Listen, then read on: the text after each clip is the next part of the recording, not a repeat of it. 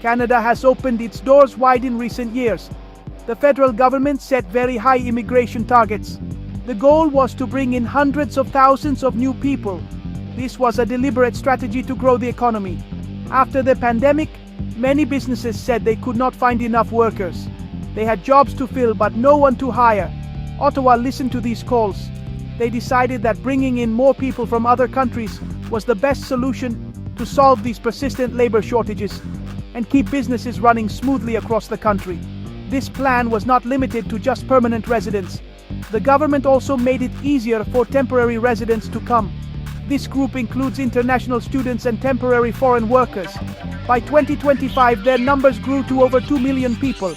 This is a significant part of Canada's total population, making up about 6%. The idea was that these temporary residents would fill immediate job needs. They would also contribute to the economy through tuition fees and spending. This approach was seen as a flexible way to address economic gaps without the long-term commitment of permanent residency for everyone who arrived. The government created special programs to attract skilled workers.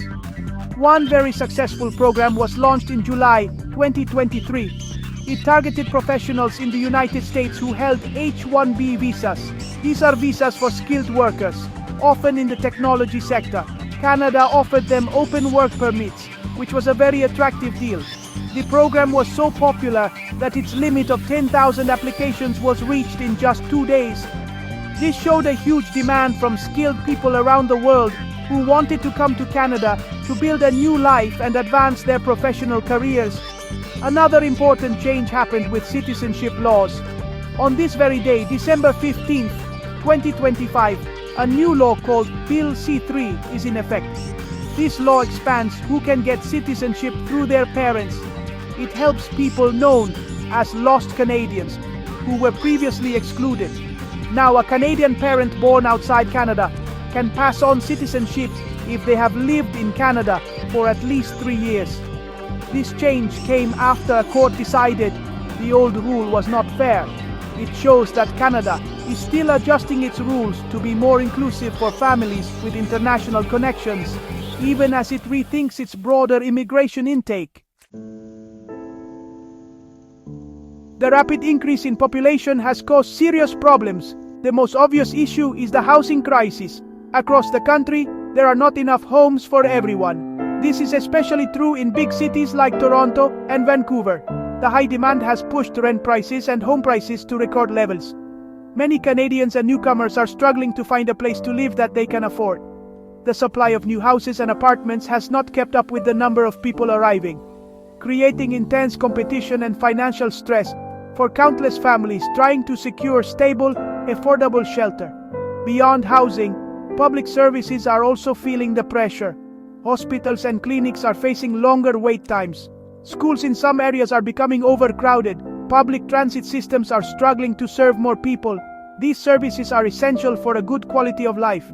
When they are stretched too thin, it affects everyone in the community. The infrastructure that supports daily life was not built to handle such a quick and massive expansion of the population. This has led to growing public concern about whether the country's support systems can cope with the continued influx of new residents. The job market has also shown signs of strain. While the initial goal was to fill labor shortages, the reality is more complex. Many temporary residents have found it difficult to secure jobs that match their skills. Some end up in low-wage positions, which was not the original intention of the programs they used to enter the country. There is a growing debate about whether the large number of temporary workers is putting downward pressure on wages for all workers. This situation has created a difficult environment for newcomers and raised questions about the economic benefits of the current policy. These challenges have led to a shift in public opinion. Many Canadians are now questioning the government's high immigration targets. They see the direct impact on their daily lives. The conversation has changed from how many people can we welcome to how many people can we successfully support. The government is now under pressure to balance the economic benefits of immigration with the real-world costs to housing, services, and social cohesion. This public debate is forcing policymakers to re-evaluate their entire approach to immigration and population growth for the coming years. Prominent figures are now urging a more careful approach. Mark Carney is one of them.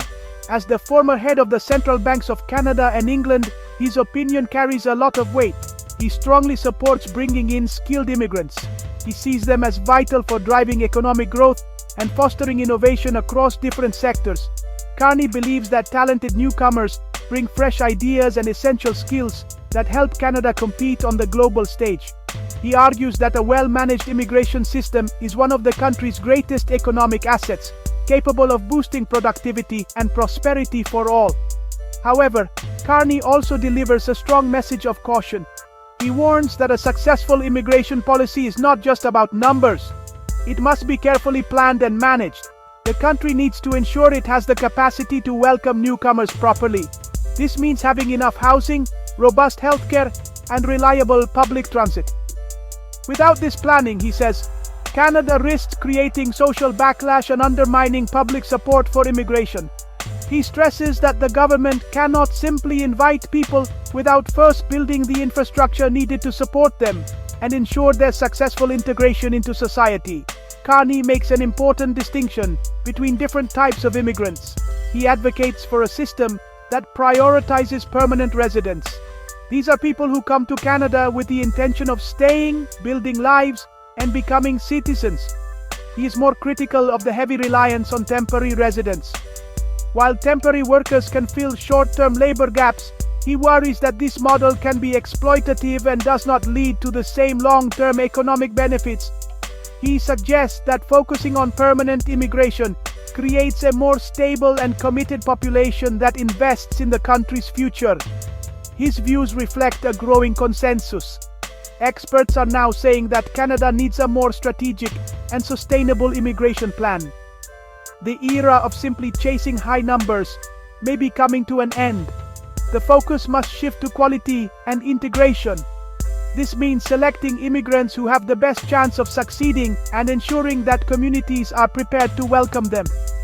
Carney's perspective highlights the need for a long-term vision that balances economic ambitions with the social and logistical realities of a growing nation, ensuring that growth is both manageable and beneficial for everyone. Looking ahead, Canada is preparing for a major policy shift. The federal government has announced that it will change its approach to temporary residents starting in 2026.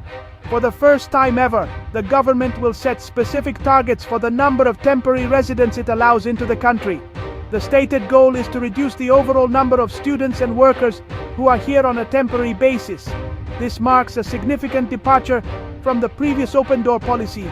It signals that Ottawa is taking the public's concerns about housing and services very seriously and is ready to take concrete action. This new direction will directly affect international students. The international student program is currently under review, and big changes are expected. The government may introduce caps on the number of new study permits issued each year. It is also likely to impose stricter rules on the colleges and universities that are allowed to recruit international students. This is meant to crack down on private institutions that have been criticized for offering low-quality education while charging high fees. For future students, this could mean fewer spots available and a more competitive application process for coming to Canada. Temporary foreign workers will also face new hurdles. The programs that allow businesses to hire workers from abroad are being re-examined. The government wants to ensure that these programs are only used when there is a genuine need and not as a way to hire cheaper labor. This could lead to stricter criteria for employers and tighter rules for the workers themselves. As a result, the pathways to permanent residency for both students and temporary workers might become more difficult. Staying in Canada permanently after studying or working here may no longer be as straightforward as it once was. For newcomers and Canadians alike, this is a time of uncertainty and transition.